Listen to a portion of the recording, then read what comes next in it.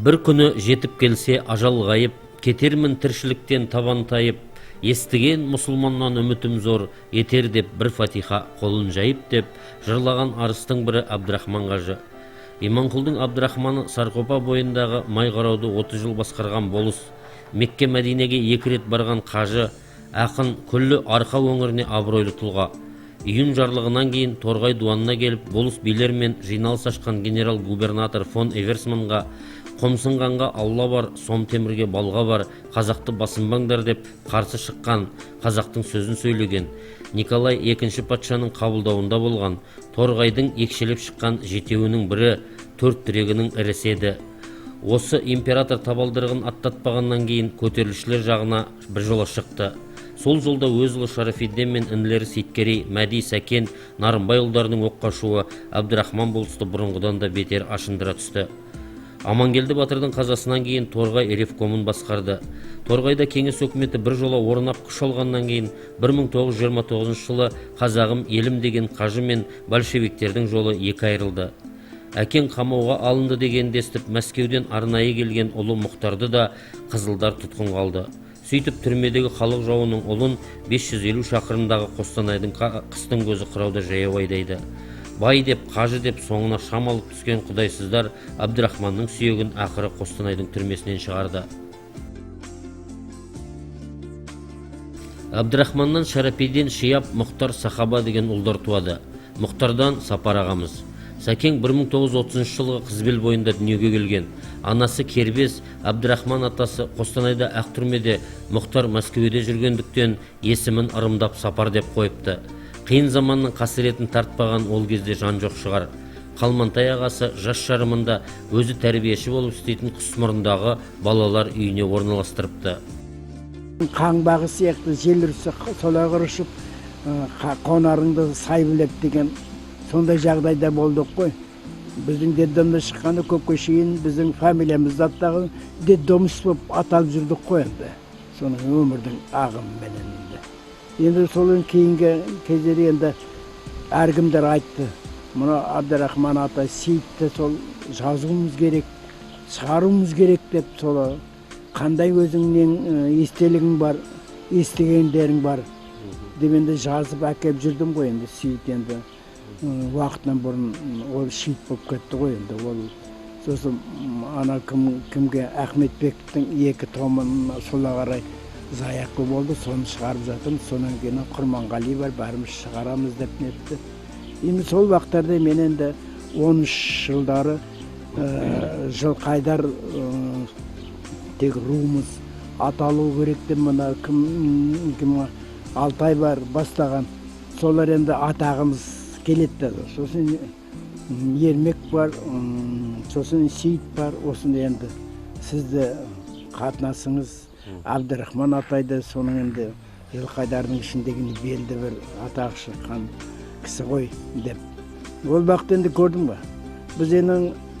Біз адам баласы Алланың добы дейді, қалағары тепсі сола қарай. Ол кезде 13 жылдары ғой. Мені кемпірім қайтыс болды. Өзіме ұзамай инфаркт болып, неге кардиологқа түсіп қалдым. Сөйтіп бұлардың жиналған бабамыздың, Жылқайдар бабамыз бара алмадық. Атамыз аталмады. Өйткені мына кітап 11-ші жылы шықты. Сөйтіп мына кешеуілдеу жағдай. Айтады ғой, адамның айтқаны бұл Құдайдың дегені болады дегенде. Соның енді Құдайға біздің құлымыз, пайғамбардың үмбетіміз дегенде бекер айтылмаған сөз ғой. Оны кейіннен енді мұсылмандыққа бой ұрып отырмыз ғой енді. Оған шейін біздің балаларымыз да айтады, ата дейді, біреу папа дейді. Осы неге бұла намаз оқып, Құран оқымайсыз. Мен етеме сол Құран оқығаннан гөрі ұстаптың бір жерін сұрасаң, соны тезірек айтамын ғой деменді. Мұна енді склероз болғаннан кейін оның бәрін дұрыс айта алмайсың. Оның сондай мұсылмандықтың енді сол кешеуілдеу, Алла тағала оның бәрінде кеш болса да мойындатады екен. Сен мұсылмандық екен, қайдан таралған ата бабаңды ұмытпа дейді ғой. Ата бабасын ұмытқан адам өзінің болашағы да болмайды дейді ғой. Сондықтан да оны бәрін кешеуілді соны еске салып, соған өзімізше соның кейбір жерін өтініштің. Өйткені әкеден жас қалдық, ақылдан бос қалдық. Сол енді білесіз ғой енді. Тұрақ нақтылы неменен ғылыммен айналысқаннан кейін, мынау енді мен жазу сызу жағынан енді амалсыздан сол атамның енді рақымы, халқының сыйлы болғандығы, соны енді мен соны түрткілет қайтқан күдеді мен осы кісі туралы естігенде жазайын деп өзім қинадым ғой. Қинадым. Осы кітаптың шығуы содан. Енді Маратқа жазысы, Марат айтты, мен енді жазудан шорқақтым бірақ шежіресін құрып берейін деп.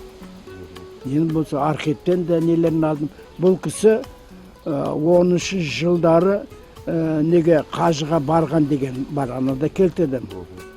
Сонда мен архивтен есім, бір Жылқайдардың қызы сол архивтің несі екен, президент екен. Ол ғой аға деп мен барлығын көрсетім еті. Бұл кісі 98 жылдары сол кісі өзінің қолыменен мен қажылыққа барам. Мынау енді Майғарауның несі болысы болған, осыдан босатыңыз деп. Сол ақасы бұл кісі 1898 жылдарда барған екен. 1800. Оның үйткені әкесі сол вақтарда Иманқұл ұлы атамыз сол кезде қайтыс болған. Соған бата оқып, сол Меккеге бару деген соның өзі алдына қойған екен, барған екен. Бірақ оны мен нетінде бұл жерге келтірген жоқпын. Өйткені архивте Сейіт берген, Ғазез ағамыз берген архив несін энциклопедияда мынау 13 жылдар деп берді. Сондықтан мен ар жағынан қозғаған жоқпын. Тағы көптеген материалдар бар екен. Сосын енді Ерғали атамыз енді 25 жылдары сол жинақтаған көрінеді. Бұл кісінің ұстаған көзді, ол кісінің аузынан естіген қорқып дейді. Сол жинағымды шығарайын деп жүрген бәрін архивке тапсырдым дейді. Мұнанда енді Абдырахман немересін осында көремін деген менде онда ойда болған жоқ деп өзі сол кісінің өзінің бір өкініші болды енді. Қайтар кездерде сол ағаммен сөйлесіп сөйткенмен. Сапар ағамыз Қостанайдағы Ыбырай мектебін тәмамдап, Қазмудың физика-математика факультетін оқыды. Еңбек жолын мектептен бастап, кейін ғылым академиясының ядролық физика институтында, Қаныш Сәтбаев атындағы геологиялық ғылымдар институтында ғылыми қызметкер болып істеді. Аспирантураны аяқтап, ғылым кандидаты атанды. Ұзақ жылдар Қазақтың қыздар педагогикалық институтында факультет деканы болып жұмыс атқарды.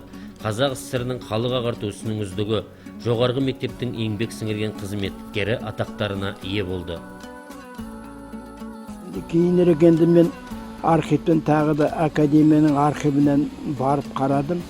Редкий экземпляр дейді ғой, ескідей қолжазбалар. Мариям Хақымжанның несі бар екен 25 жылдары. Сол қалдырған еңбектері бар екен. Сосын Ерғали атамның сонда да нелері бар екен, жазылғандары. Бірақ енді оған мен денсаулығым бойынша больницадан шығамын, содан кішкене арғарай еңбекте басқаларды айтып, арғарай де жалғастырсаңыз, біз арғарай берсеңіз болды материалдар деді. Соған енді мен өзім арғарай тағы да материалдары көп екен. Енді бұл кісінің енді шешем айтады, көптеген кебежеде нелері барады, сол конспекция кезінде барлығын алып кетті. Құранға шейін алып кетті. Барлығын түк қалдырған жоқ. Фотосында бәрінде. Байқадамтан Данаштың өзі де деді, менде Мұхтардың да суреті бар еді, альбомы бар еді нетіп. Оны да алып кетті дейді. Енді түк қалдырмаған енді. Оның әкесі мен баласын жазып жүрген өлеңдерін әкесі мұн жақтан ұстап ала беріпті ғой. Ұстап ала беріпті, сол арқылы Мұхтарға да іс қозғаған ғой. Мұхтар енді әкесінің есіменен қол жазған қаты арқылы ол да халық жаудың баласы совет үкіметі қарсы тілек айтқан, қарсы шыққан адам деп. Бұл кісінде көздінің өлер кезінде де айтады ғой мен енді. Бір қызыл болды, бір ақ болды. Мына ақтың өзі мынандай енді бұл шаш алдысы бас алатын кезең туып тұр деп, сондай саясатшыл, сондай енді бұның түбі жақсылыққа алып бармайды деп, сонда Ерғали атам сондай ең соңғы рет сөзін естім дейді, тебіреніп атқан сөз. Сондықтан да бұл енді совет кейбіреулер айтады, Амангелдінің соны жақтады дегенде бұл қызылдарды жақтаған жоқ. Кейбіреулер нетеді, бұл қазақтарды жақтайын деп. Ерғали, Ерекең, Есенжол. Есенжол ағай. Сол кіші жинаған, е? Ал енді анау жаңа 1898 жылдары жаңағы қажылыққа барған туралы нақтылы деректер бар, е олар? Ол енді арзымен көрді. Прошение дейді ғой кезде. Прошение дейді. Мені болыстан босат деп. Ал енді 10-шы жылдары барғанда Нарынбай ағасы ғой енді. Қайтыс болған, оның енді 12 баласы артында қалған, сосын тағы да 1-2 қызы артында қалған. Оның бәрі де біздің атамыздың тәрбиесінде болған. Тәрбиесін. Оны біздің енді баттан атай айтады. Сол кісінің арқасында мені бер қарай қуды дейді. Бұнда тұрмаңдар деп, біреуі Троцкийге кетті. Ақырында да қазір осы Нарынбайдың енді батталының тұқымдараны деді Астанада ғой. Зайыбы Алма Хайырқызы Атыраудан еді. 2010 жылы өмірден озды. Ол кісі қазақ қыздарынан шыққан тұңғыш әскери ұшқыш, халық қаһарманы Хиуаз Доспанованың сіңілісі болатын. Үлкен шаңырақтың иесі Сапар ағамыз да өмірден озды. Оған да 40 күн толыпты. Топырағың торқа болсын, жатқан жерің жайлы болсын дейміз Абзал аға.